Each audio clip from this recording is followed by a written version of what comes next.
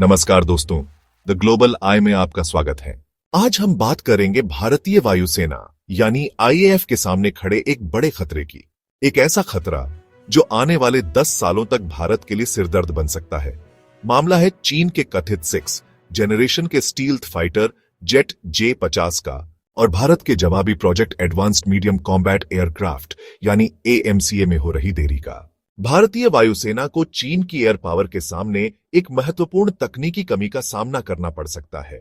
चीन की people's liberation army air force यानी PLAAF पहले से ही बड़ी संख्या में J-20 जैसे 5वीं पीढ़ी के स्टील्थ फाइटर ऑपरेट कर रही है और अब नए J-50 प्रोटोटाइप की तस्वीरें सामने आई हैं, जो छठी पीढ़ी की क्षमताओं वाला बताया जा रहा है, जो भारत के लिए एक दोहरी चुनौती है।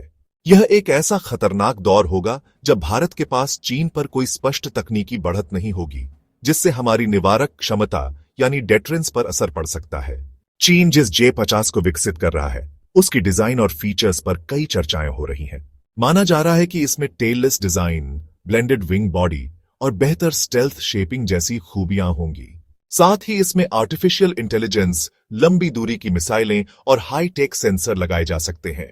अगर यह सच होता है तो PLAAF के पास आने वाले वर्षों में एक ऐसा लड़ाकू विमान होगा जो न सिर्फ भारत बल्कि अमेरिका जैसे बड़े देशों के लिए भी चुनौती बन सकता है। अब बात भारत की करें तो हमारे पास Su-30 MKI, रफाले, मिराज 2000, MiG-29 और LCA तेजस जैसे विमानों का एक शक्तिशाली बेड़ा है। इनमें से रफाले और अपग्रेडेड Su-30 को 4.5 जनरेशन कहा जाता है। ये आधुनिक तो हैं, लेकिन स्टील्थ और सुपर क्रूज जैसी 5वीं पीढ़ी की तकनीकें इनमें पूरी तरह मौजूद नहीं हैं। फिर भी ये अपने शक्तिशाली रडार और लंबी दूरी की मिसाइलों के साथ बेहद खतरनाक है। लेकिन हमारी असली चुनौती विमानों की क्वालिटी से ज्यादा उनकी संख्या में है। भारतीय वायुसेना की सबसे बड़ी समस्या है स्क्वाड्रन स्ट्रेंथ।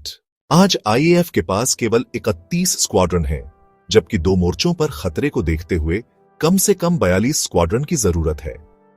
पुराने MiG-21 जैसे विमानों की विदाई से यह गैप और भी बढ़ गया है। चीन के J-20 के मुकाबले भारत का असली जवाब है AMCA advanced medium combat aircraft. यह एक महत्वाकांक्षी परियोजना है जिसे एरोनॉटिकल डेवलपमेंट एजेंसी यानी ADA HAL के साथ मिलकर विकसित कर रही है। AMCA को 5वीं पीढ़ी के लड़ाकू विमानों के हर मानक पर खरा उतरने के लिए डिजाइन किया जा रहा है। इसमें बेहतरीन stealth capability, super cruise, internal weapon bay, high end avionics और भविष्य में डायरेक्टेड एनर्जी वेपन्स जैसी अत्याधुनिक खूबियां शामिल होंगी। यह भारत का पहला असली टीम A स्टील्थ फाइटर होगा जो हमें तकनीकी रूप से चीन के बराबर खड़ा कर देगा। लेकिन इस महत्वाकांक्षी प्रोजेक्ट का सबसे बड़ा सवाल है टाइमलाइन। AMCA का पहला प्रोटोटाइप 2026 से 27 तक आने की उम्मीद है। इसके बाद गहन टेस्टिंग 2028 से 29 तक चलेगी और ऑपरेशनल इंडक्शन शायद 2034 से 35 तक ही संभव हो पाएगा। इसका मतलब है कि अगले 10 साल भारत को एक महत्वपूर्ण गैप का सामना करना पड़ सकता है। सबसे बड़ी रुकावट है हाई थ्रस्ट इंजन।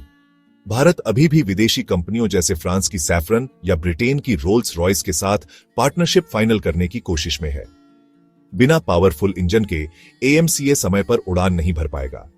इसके अलावा बजट, प्रोजेक्ट मैनेजमेंट और तकनीकी जटिलताएं भी देरी का कारण बन सकती हैं। अगर AMCA 2035 के बाद ही ऑपरेशनल होता है तो चीन हमें 1 दशक तक पीछे छोड़ सकता है। चीन की तेजी और भारत की देरी आने वाले वर्षों में वायु शक्ति का संतुलन बिगाड़ सकती है। AMCA पर काम तेजी से आगे बढ़ाना, इंजन पार्टनरशिप को समय पर फाइनल करना और स्क्वाड्रन स्ट्रेंथ को मजबूत करना, यही भारत की सुरक्षा के लिए सबसे अहम है। आपका क्या मानना है? क्या भारत को AMCA के साथ साथ किसी विदेशी 5वीं पीढ़ी के फाइटर जैसे F-35 या Su-57 पर भी विचार करना चाहिए? कमेंट सेक्शन में अपनी राय जरूर बताइए। ऐसी और खबर के लिए द ग्लोबल आई को जरूर सब्सक्राइब करें।